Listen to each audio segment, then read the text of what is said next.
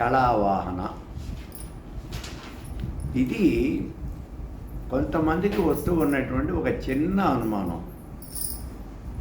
ఏమిటి అంటే, కళావాహన అనేది కొంతమంది కొన్ని సంప్రదాయాల వాళ్ళు ఒక మనిషిని కూర్చోబెట్టి ఆ మనిషిలోకి ఈ కళలన్నీ కూడా ఆవాహన చేస్తున్నారు. అలా ఆవాహన చేసినందుకు గాను వాళ్ళేవో మన దగ్గర నుంచి కొంత డబ్బులు వసూలు చేస్తూ ఉన్నారు. ఇలా గనక ఆవాహన చేసినట్లయితే, ఇలా చేసినట్లయితే ఆ కూర్చున్నటువంటి వ్యక్తికి కొన్ని శక్తులు వస్తాయిట. ఇది నిజమేనా? ఈ కళావాహన అనేది మనం చేయవచ్చా? ఏంటి అసలు? ఇది అయినా కొత్తదైనటువంటి ప్రక్రియ. ఇది మనకు వచ్చినటువంటి అనుమానం. ఇక్కడ కూర్చున్నటువంటి వ్యక్తిలోకి కొన్ని శక్తులు వస్తాయిట. ఎప్పుడు? మీరు ఆ వ్యక్తిలోకి ఈ కళలు ఆవాహన చేస్తేనా, లేకపోతే అతని దగ్గర డబ్బులు తీసుకుంటేనా? ఎప్పుడు వస్తాయి అతనిలో శక్తులు? అతనిలోకి ఈ దేవతని ఆవాహన చేస్తే, కళలు ఆవాహన చేస్తే. ఇదేమీ కొత్తదైనటువంటి ప్రక్రియ కాదర్రా. మీరు దసరా పండుగల్లో బాలార్చన లేదా సువాసిని అర్చన చేస్తాం కదా. బాలార్చన చేసేటప్పుడు ఏం చేస్తారు? చిన్నపిల్లని అక్కడ కూర్చోబెట్టి ఆ బాలాదేవతని, బాలా త్రిపురసుందరిని ఆ పిల్ల మీదకి ఆవాహన చేస్తారు.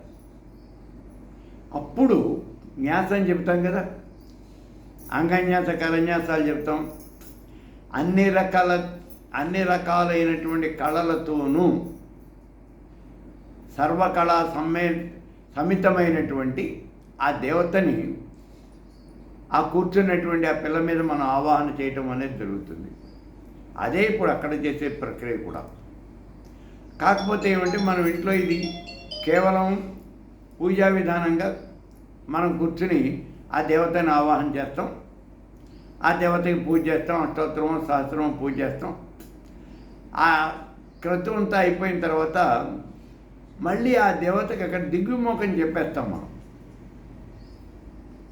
ఆ దేవతకి దిగ్విమోకం చెప్పేస్తాం. అంటే ఆ పిల్ల మీద నుంచి ఆ దేవత యువతలకు వచ్చేస్తుంది. అలా దిగ్విమోకం చెప్పి ఆ పూజ అనేది పూర్తి చేస్తాం. ఇప్పుడు వాళ్ళు చేసినా అక్కడ అదే. కాకపోతే ఏమంటే, నీ దగ్గర డబ్బులు తీసుకున్నారు కదా, మరి డబ్బులు తీసుకున్నటువంటి దాన్ని రిజల్ట్ ఏదన్నా చూపించాలి కదా. అందుకని అది ప్రత్యేకంగా కళావాహన అనేది ఒక క్రతువు కింద పెట్టి అక్కడ ఏదో కొన్ని ముగ్గులు వేసి ఆ ముగ్గుల్లో ఈ పిల్లని, నువ్వు ఏ వ్యక్తి అయితే కళావాహన కావాలి అని అడిగాడో ఆ వ్యక్తిని అందులో కూర్చోబెట్టి అతని ఒంటి మీదకి దేవతని ఆవాహన చేయటం అనేది చేస్తారు.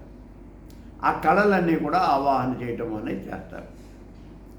కళలు అనేవి అనేక రకాలుగా ఉన్నాయి అని చెప్పుకున్నాం.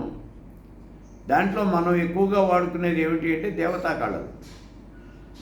అగ్ని కళలు, సూర్య కళలు, చంద్ర కళలు, బ్రహ్మ కళలు, విష్ణు కళలు, రుద్ర కళలు, మహేశ్వర కళలు, సదాశివ కళలు, పరా కళలు అని మొత్తం షణ్ణవతి కళల్ని ఆవాహన చేయటం అనేది జరుగుతుంది. మన మామూలు ప్రక్రియలో ఈ కళలన్నీ అమ్మవారిలోకి ఆవాహన చేస్తాం. మనం విశేషార్ఘ్య పాత్ర పెట్టినప్పుడు ఆ అర్ఘ్యపాత్రలోకి ఆవాహన చేస్తాం. అలాగే ఇక్కడ ఈ కళలను ఆవాహన చేస్తారు. చేసి ఇలా చేయటం వల్ల ఆ వ్యక్తి యొక్క శక్తి అనేది ఇనుమడిస్తుంది, అంటే విపరీతంగా పెరుగుతుంది అని మనకు ఇది చెప్తూ ఉంటాం. ఇదంతా కూడా కౌళాచారంలో ఉన్నటువంటి సంప్రదాయం అండి, లేకపోతే వామాచారంలో సంప్రదాయం అండి అని అంటారు. నాకు తెలిసి ఇది వామాచారం కాదు, కౌళాచారం. వామాచారంలో ఈ రకమైనటువంటి సంప్రదాయం ఉన్నది అని వాళ్ళు ఎవరు ఎక్కడా నేను చూడలా. కౌళాచారంలో చూశాను. కాబట్టి కౌళాచార సంప్రదాయం ఇది. అదేదో కొత్తదైనటువంటి సంప్రదాయం. అలా కనుక చేసినట్లయితే ఏ వ్యక్తి మీదకైతే ఈ కళలు ఆవాహన చేసామో ఆ వ్యక్తి శక్తి అనేది పెరుగుతుంది. రేపు ఇచ్చాళ్ళారా మీరు కూర్చొని జపం చేస్తే మీ శక్తి అనేది ద్విగుణీకృతం అవుతుందిరా బాబు. రెండేంటి, ఎన్ని రెట్లు పెరుగుతుందో మీకే తెలియటం లేదు.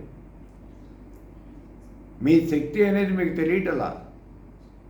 మీరు చాలా శక్తి సంపన్నులు, మీకు చాలా శక్తి ఉంది. ఉన్నటువంటి శక్తి కొన్ని రెట్లు పెరుగుతుంది. మంత్రం చేస్తే శక్తి పెరుగుతుంది, అంతేగాని ఎవరికో డబ్బులు ఇచ్చి వాడు మీ మీద కళావాహన చేస్తే మీ శక్తి పెరగదు.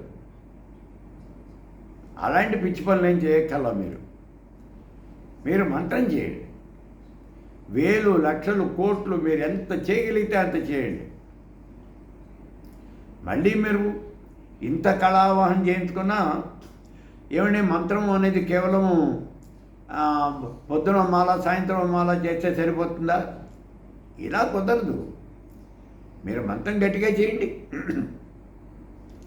రోజుకు 5,000 చేయండి మంత్రం. మీ శక్తిలో తేడా ఉన్నదో లేదో మీరు చూసుకోండి. న్యాసం చెప్పిన తర్వాత దేవతని ఆవాహన చేసాం. మీ మీదకి మన మీదకే ఆవాహన చేసుకున్నాం. అయిపోయిన తర్వాత మీ క్రతువు అంతా పూర్తయింది.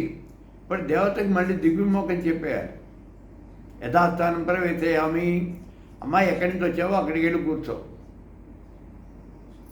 మళ్ళీ నేను పిలిచినప్పుడు వద్దు కానీ అలా మనం చెప్పేయాలి.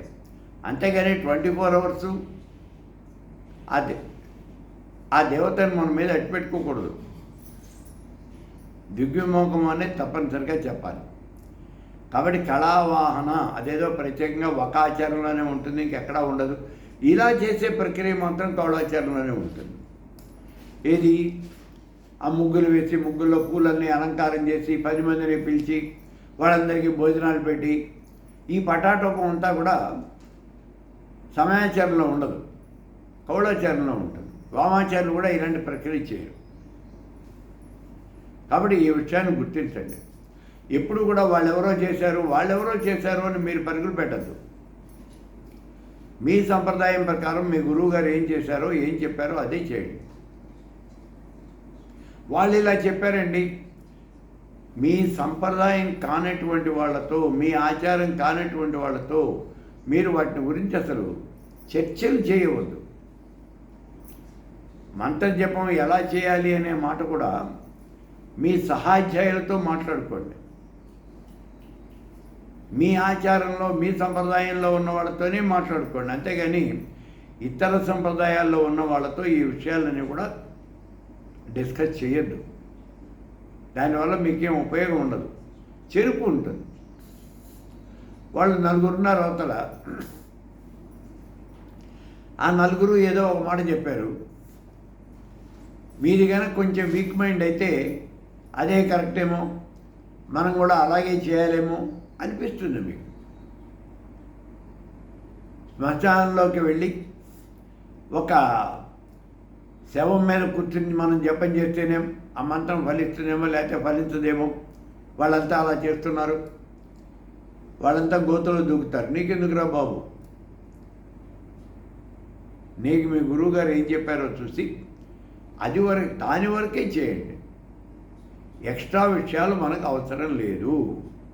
ఈ విషయాన్ని గుర్తించండి.